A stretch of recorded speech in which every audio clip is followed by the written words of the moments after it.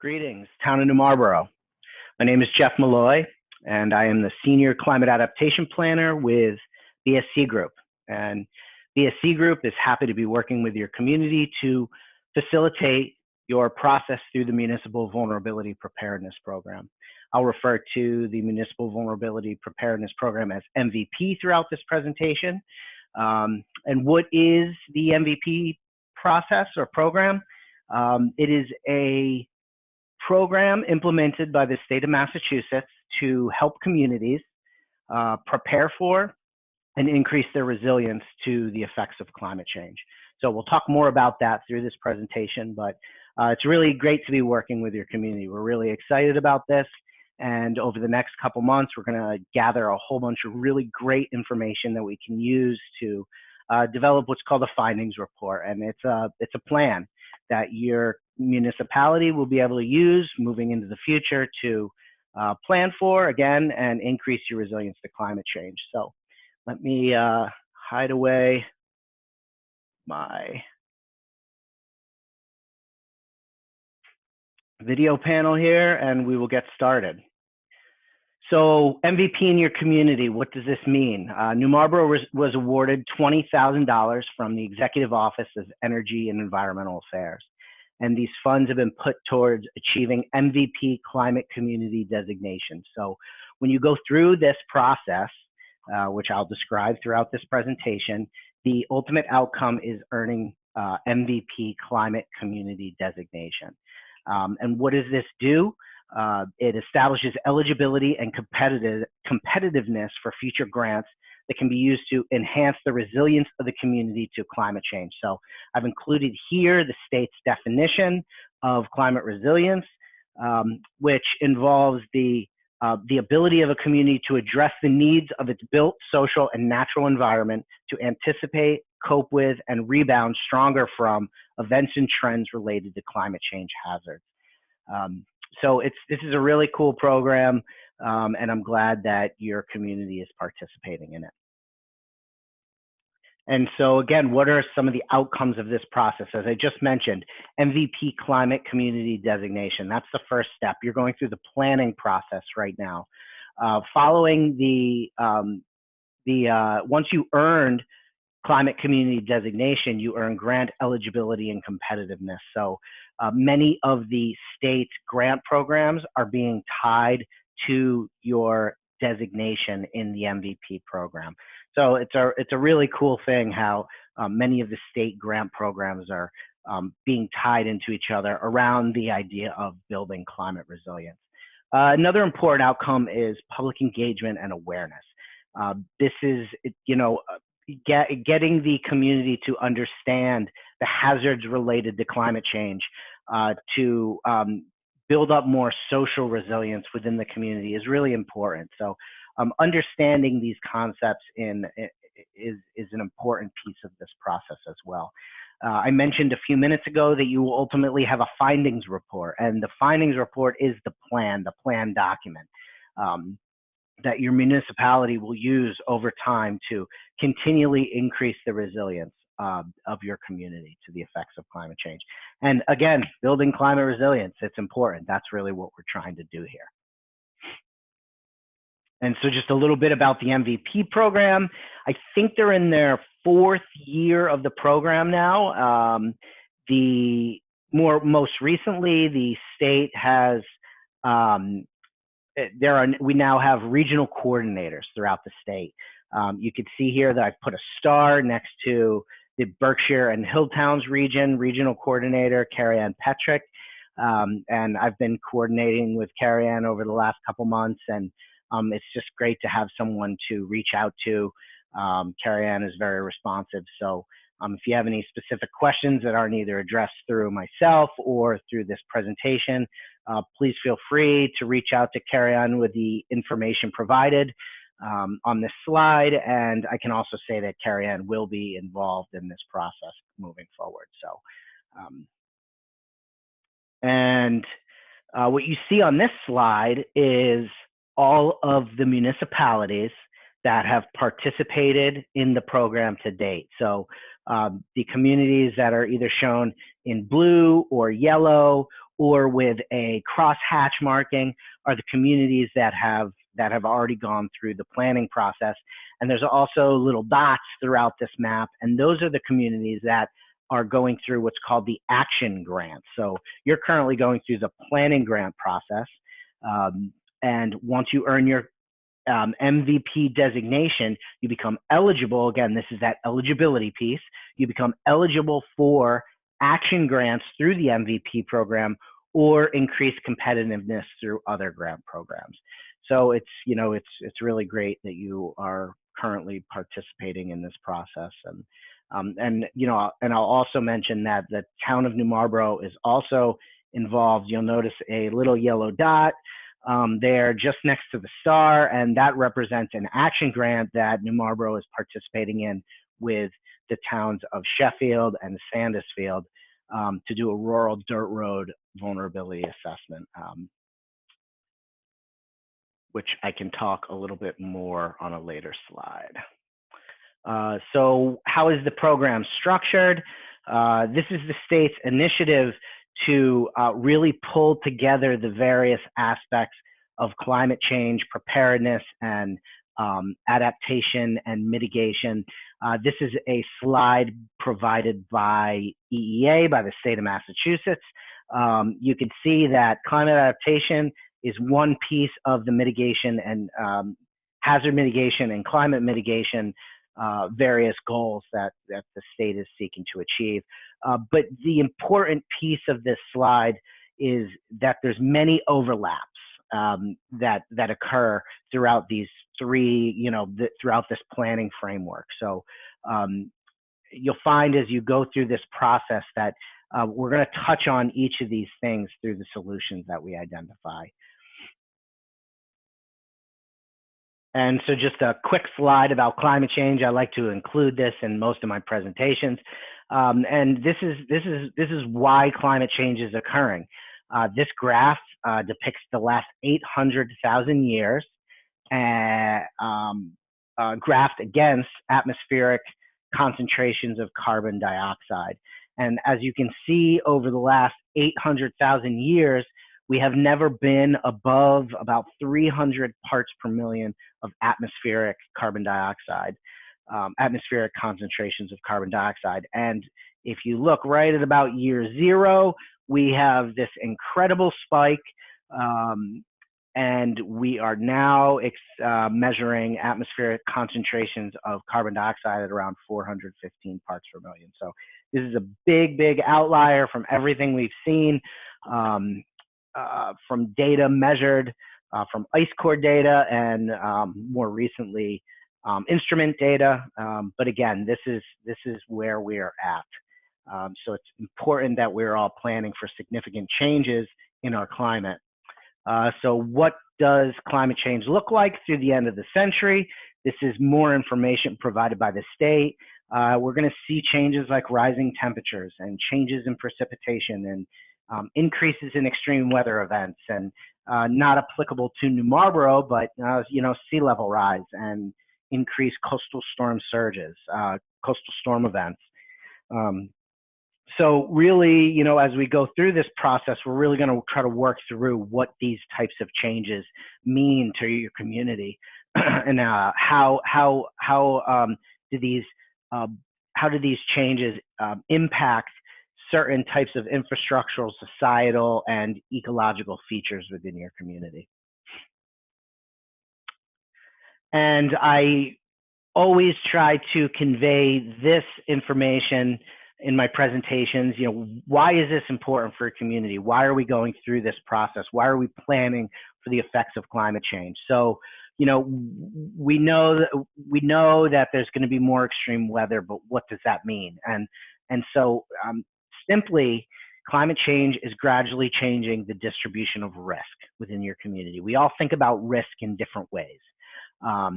We think about risk every day as we go about our daily lives, but what climate change is doing is it's requiring us, forcing us to think about risk in different ways. And many of you participating in this process are municipal leaders, and you think about risk in the context of how it affects your community all the time. And so we're being forced to, again, think about risk in new ways. And then the second bullet is, why climate change challenges the way that community resources are managed. So what does this mean? This is how we fund these changes. We have community resources. They are oftentimes, if not always, limited. There's never enough money, right? But we're forced to distribute the way these resources are managed in new ways. So it's really important that we understand how the effects of climate change are affecting us, and then think proactively about how to, distribute resources as needed or manage resources as needed. So this process is organized around a framework called community resilience building. And again, we're going to be navigating this process virtually because of the circumstances we're experiencing in early 2020.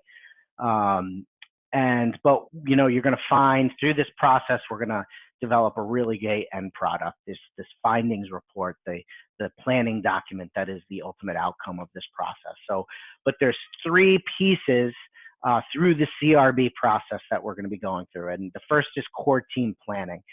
So this presentation today is intended to guide the core team, who's largely made up of municipal stakeholders, in a decision-making process. It's basically a data collection process. It's you telling BSC what we need to understand to help facilitate the second and third pieces through the CRB process. So I'm hoping that you can engage with this presentation and engage with a project website that we have developed. All the documentation is going to be housed on this project website. So there's one place we can go to find what we need, and then you can then engage back with BSC, where BSC can then pull this information together for you. And further in this presentation, I will describe more of what that means. But so there's a core team planning process, and we're going to be going through that process over the next few weeks, where we work with the municipality to gather data. And we're going to take that data and we're going to hold what's called a community resilience building workshop. And this is where we're going to bring a larger group of individuals from the municipality together to expand upon what we've already learned through the core team planning process. And then finally, once we've pulled it all together and have developed a draft findings report, this is a report that outlines all the information and the actions that we've identified to, again, increase our resilience to climate change. We are going to record another one of these videos that tells the community at large what we've discovered, and we're going to solicit feedback and then reintegrate that information into the findings report. So again, we have a website developed for the project. Project deadline is June 30, 2020, so that'll be here before we know it. But again, this is a really exciting process, and we're going to be doing a lot over the next couple months. And then you'll see a quote here. I won't read it, but this is what the community resilience building framework, how it's defined and how it's structured. So I think our next slide gives you a little bit more detail about what that means. Yeah, so this is the community resilience building framework that we are going to use to navigate this process. So what you see here is almost like what I like to call a bingo board, okay? So in red, that red box that you see is where we identify our hazards. So this is extreme weather events. This is snow and ice events. This is wind and microbursts. This is extreme heat. This is extreme cold. This is inland flooding, okay? So these are the hazards that may affect your community. And we're going to try to pick 4. And then what we're going to do is in this yellow box, we're going to identify infrastructural, societal, and environmental features or categories that exist within your community that can serve as either a vulnerability or a strength. Okay, so an example of an infrastructural feature might be bridges and culverts or municipal buildings. An example of a societal feature might be certain demographic populations, such as the elderly or children that might be particularly vulnerable to the effects of climate change. This could also include assisted living facilities, say, or emergency preparedness and communication networks within your community. And then finally, environmental features. That could include floodplain, right? And floodplain is a very good example of a vulnerability or a strength. It can serve as both.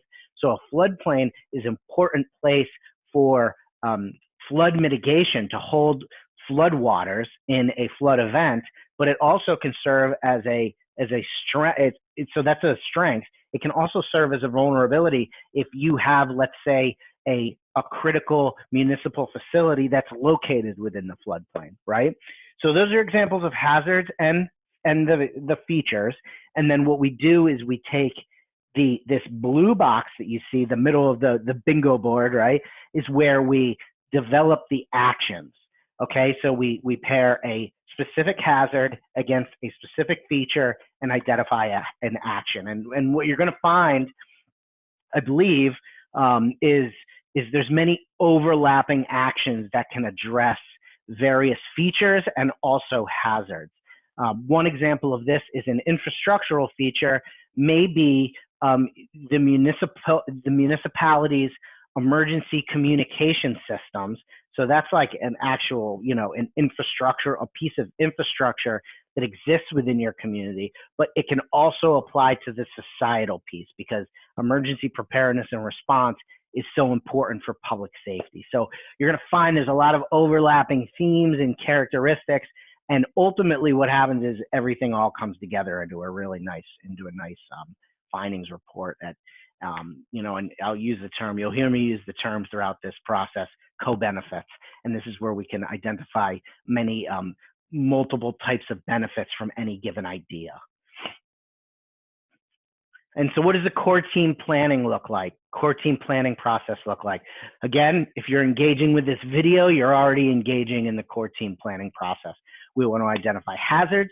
We want to identify categories of strengths and or vulnerabilities and actions. And we want to pre-populate this matrix before we go to our community resilience building workshop, which is a larger group than the core team.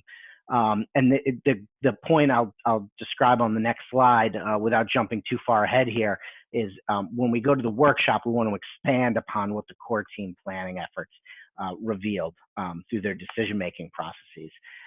So what I'm asking the community to do is review the information provided on the website. So we've populated the website with a bunch of information. There is a survey that we've developed that will allow you to provide feedback to BSC. And then this video will also be provided. There'll be a link provided on the website, but it will take you to YouTube. So you can also comment on the YouTube channel developed for this. And then again, you can also provide me with an email if that's easier as well. And then what we're going to do is we're going to hold a core team conference call once the core team has had a chance to engage with the website and the survey. And at that time, we'll really just refine the ideas that we've developed. And then the CRB workshop, again, I've already mentioned what this workshop, the goals of the workshop. It's to expand upon and refine the categories or strengths, the vulnerabilities and the actions that was identified in the core team planning process, but this is to engage with the community more broadly. We're going to hold again, we'll ask people to engage with the website, information on the website, but we're also going to, we're going to hold, again, we have to hold this workshop virtually. So we're going to hold this workshop as a live Zoom call, which people can either participate through video or call in with their phones and participate over the phone audio either video or audio. So there'll be different ways to engage, and that presentation will be recorded. If people are not able to attend the workshop, they will be able to listen in and participate that way. So we're doing as much as we can to make sure that the community is engaged with. And then finally, there's the public listening session, and that's the last engagement piece of this process. And what we try to do here is we take all the information that we've gathered, and we turn it into a report. And in that report, we're going to establish a framework of, that really outlines the co-benefits that we can achieve. Everything that we learn through this process will be taken from the matrix, the CRB framework matrix, and we'll turn it into a report, and there'll be lots of really good information there. And then we're going to record a presentation. That presentation will be uploaded to the website, and we'll create another survey. So the community at large, this is where the community has reached out to, probably through a mailer or through emails, tell a friend type efforts. And then people can go and engage and see if we missed anything or if they want to provide information. We take the feedback from the public listening session and drop it right into the findings report. And that is the third piece of the engagement process, and that will take us through the end of June. At that point, you will earn your MVP climate community designation through the state, through the Executive Office of Energy and Environmental Affairs. And again, as I mentioned at the start of this presentation, you will earn not only your designation, but you will be then eligible for action grant funding. These are the three categories of action grant funding that the state is funding moving into the fiscal year 2021 fiscal year grant cycle. New Marlborough will not finish this process prior to the deadline for the fiscal year 21 grant cycle. But as I said earlier, New Marlborough is already involved in an action grant process, action grant project with the communities of Sheffield and Sandusfield. It is a rural dirt road vulnerability assessment. And so Sandusfield and Sheffield identified when they were going through their planning grant process that dirt roads are extremely vulnerable to the effects of climate change. They also are an important cultural feature within the community, important to maintain the rural character of Western Massachusetts.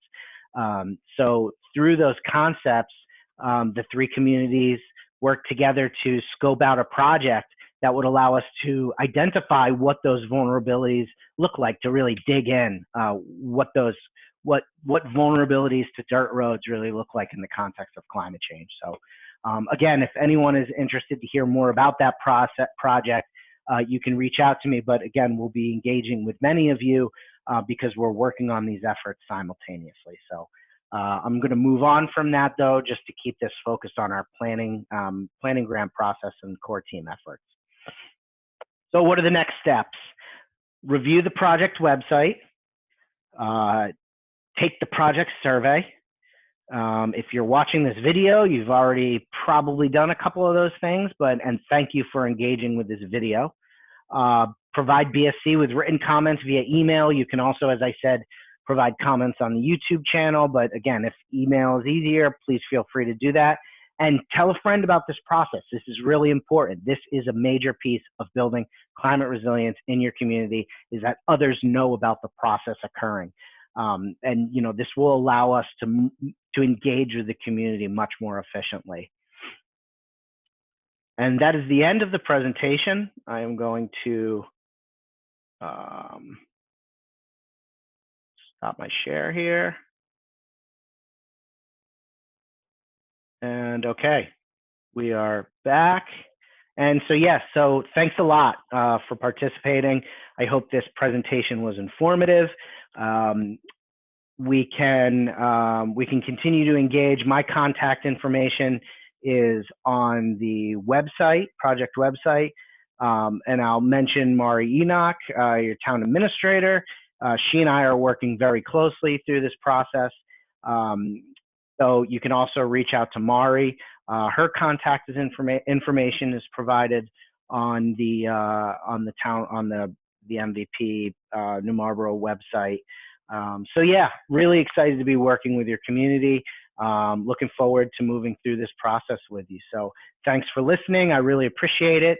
And you take care. Bye-bye.